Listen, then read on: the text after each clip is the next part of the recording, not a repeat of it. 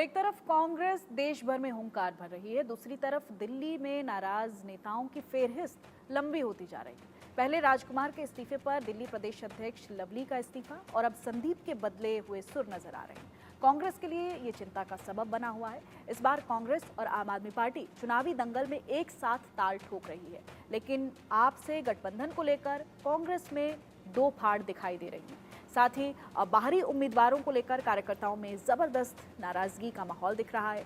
कार्यकर्ता उदित राज और कन्हैया को किस लिए टिकट दिया गया, सवाल भी पूछे जा रहे हैं।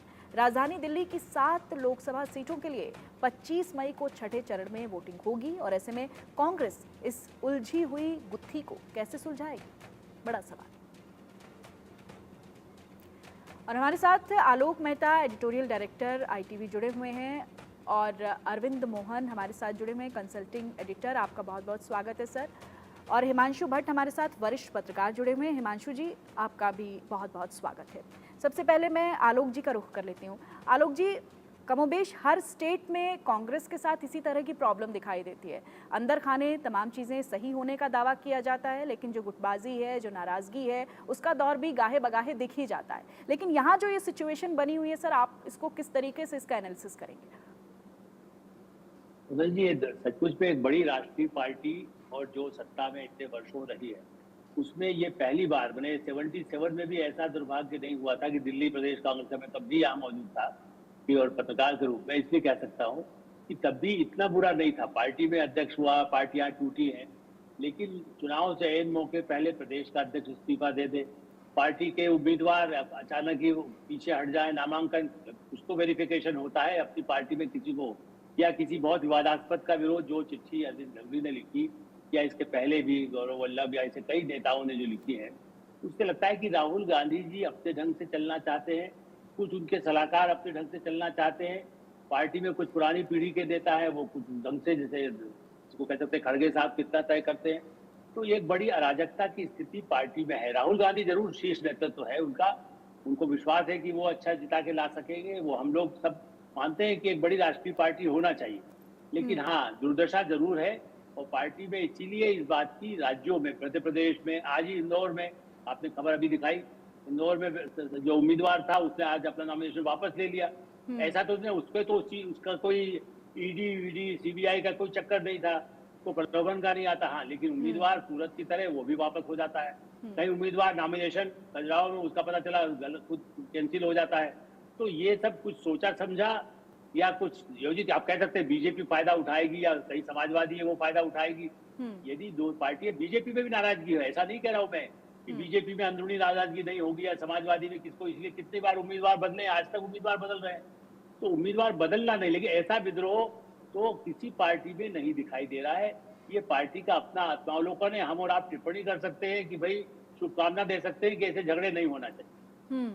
बिल्कुल। हिमांशु जी, जिस तरह के आरोप देखिए लगातार लगाए जा रहे हैं कांग्रेस पार्टी के ऊपर, बीजेपी पार्टी की तरफ से भी, उसका कितना फायदा कितना नुकसान? क्योंकि जो मोदी लहर दिखाई दी थी उसमें कहीं ना कहीं एक बदलाव की कोशिश यहाँ पर आम आदमी पार्टी की तरफ से और कांग्रेस की तरफ से हुई, लेकिन अब तस्वीर बदली बदली भी नजर आ रही है। इसका फायदा तो देखो बीजेपी को तो होगा ही होगा, मगर कांग्रेस को बहुत ज्यादा नुकसान होगा। ये खाली दिल्ली में नहीं होगा, दिल्ली के आजू बाजू के 4-5 राज्य आप देखिए, मध्य प्रदेश तक, गुजरात में तो हो गया, इंदौर में हो गया, जैसे आलोक जी ने बताया। ये कांग्रेस के जो लिस्ट में नाम आते हैं, उम्मीदवार तय किए जाते हैं, उनमें से 2 नामांकन के भरने के बाद चुनाव से नाम वापस चला जाता है उनका। उससे पहले एक अहमदाबाद में, और वो तो राहुल गांधी के करीबी माने जाते हैं, राजकुमार जी, उन्होंने तो चुनाव लड़ने से इनकार कर दी। ये दर्शाता क्या है कि नेतागिरी, सिर्फ नेतागिरी एक तरफ सोचती है और जो स्टेट की नेतागिरी है वो दूसरी तरफ सोचती है। मैंने कल भी बताया था, शायद फिर से बताऊंगा यहाँ पर, कि ये जो आप देखेंगे कि अरविंद केजरीवाल का जिस दिन गिरफ्तारी हो गई, उनकी गिरफ्तारी हुई उस दिन यही लवली जी और संदीप दीक्षित जी वहां दिखे गए थे उनके घर के पास। कैसे दिखे गए थे? तब तो बराबर था। और ये अब पार्टी प्रमुख पद से उन्होंने इस्तीफा दे दिया। वो कह के दिया कि नेतागिरी हमारी बात नहीं सुनती। कन्हैयालाल और उदित राज को जैसे टिकट दिया,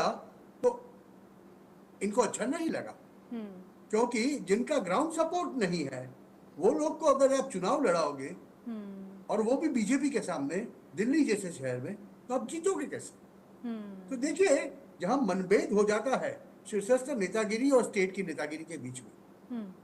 तब ऐसी स्थितियां पैदा होती है, और ऐसी स्थितियां जब पैदा होती है तो उसका खामियाजा वो राजकीय पक्ष को भुगतना पड़ता है।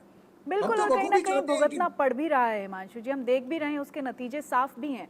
अरविंद जी, बातें तमाम की जा रही हैं, जीत के दावे बड़े बड़े किए जा रहे हैं, अंदर खाने तो सब कुछ ठीक है ही नहीं, गुटबाजी की खबरें अलग अलग राज्यों से निकल कर आ ही रही हैं, लेकिन जिस इंडिया गठबंधन का दंभ भरा जा रहा है, अब उसमें भी कहीं ना कहीं उसको लेकर भी इस तरह की नाराजगी जो सामने आ रही है, उससे क्या भविष्य दिखता है आपको? नहीं, इंडिया गठबंधन ऐसे ही बना है और ऐसे ही ऊपर नीचे होता रहा है।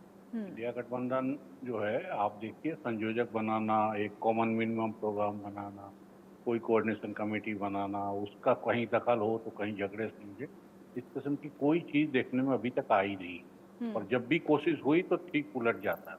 हम्म, लेकिन उतने भर से ना अपोजिशन खत्म हुआ है, ना चुनाव में दिलचस्पी खत्म हुई है। उसकी वजह ये है कि चुनाव पूरी तरह से प्रो और एंटी नरेंद्र मोदी हो रहा। नरेंद्र मोदी ने सारे चुनाव को एक तरह से अपने ऊपर ले लिया है, तो या तो उनके पक्ष में आप हैं या उनके विरोध में। उसमें बहुत फर्क नहीं पड़ता है कि दिल्ली में आपस की फूट कैसे बन गई, बिहार में कैसे बनी, कांग्रेस के टिकट आरजेडी ने तय कर दिए, बंगाल में तो कोई अलायंस ही नहीं हो पाया। तो इन सब चीज़ों से बहुत फर्क नहीं पड़ रहा है। अब ये जरूर है कि जो चुनाव जिस किस्म का हो गया था, उससे भी जो उम्मीद की जा रही थी उससे फर्क चीजें शायद पहले 2 राउंड में आई हैं। इससे चुनाव फिर बदलता दिखाई दे रहा है। और अरविंद लवली या संदीप दीक्षित ही नहीं, मैं तो मानता हूं कि जो सीटें दी गई थी कांग्रेस की, लगभग सब पे लड़ाई थी और लड़ाई अभी है। चुनाव के प्रोसेस में ये लड़ाई कई दफे शांत भी पड़ जाती है, कई जी, दफे और बढ़ जाती है। तो पूर्वी दिल्ली चूंकि सबसे ज्यादा संभावना की सीट थी, क्योंकि सबसे ज्यादा लड़ाई हुई। बिल्कुल। अब आलोक जी देखिए, अब दिल्ली के बाद अगर हम हरियाणा का रुख कर लें तो कमोबेश सिचुएशन वहाँ पर भी वैसी ही है। एक तो बहुत देर से लिस्ट आई, लिस्ट आने के बाद जो सुगबुगाहट दिखाई दे रही थी, अंदर खाने जो एक विरोध की स्थिति थी, एक सीट पर दो दो दावेदार, कहीं कहीं तो तीन तीन दावेदार भी थे। अब जो लिस्ट सामने आई है उसके बाद हम देख रहे हैं किरण चौधरी अलग से नाराज हैं, वीरेंद्र सिंह के रिएक्शंस लगातार सामने आ रहे हैं, करण दलाल भी कह रहे हैं कि मैं राजनीति छोड़ दूंगा अगर कार्यकर्ताओं का दबाव आता है तो। इस सिचुएशन में हरियाणा के लिहाज से आप किस तरीके से देख रहे हैं कांग्रेस पार्टी का भविष्य?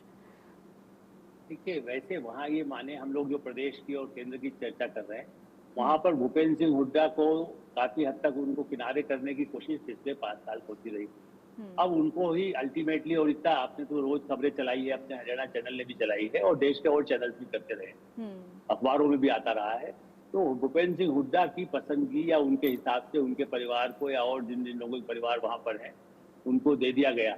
अब गुड़गांव की सीट जो उसको लेकर के सारे परिवार के लोग अपने बेटे बेटियों को चाहते हैं, उसमें मतलब उसमें हुड्डा बाहर है लेकिन किरण चौधरी है या दूसरे जो राज बब्बर को लेकर के भी नाम आ रहा है।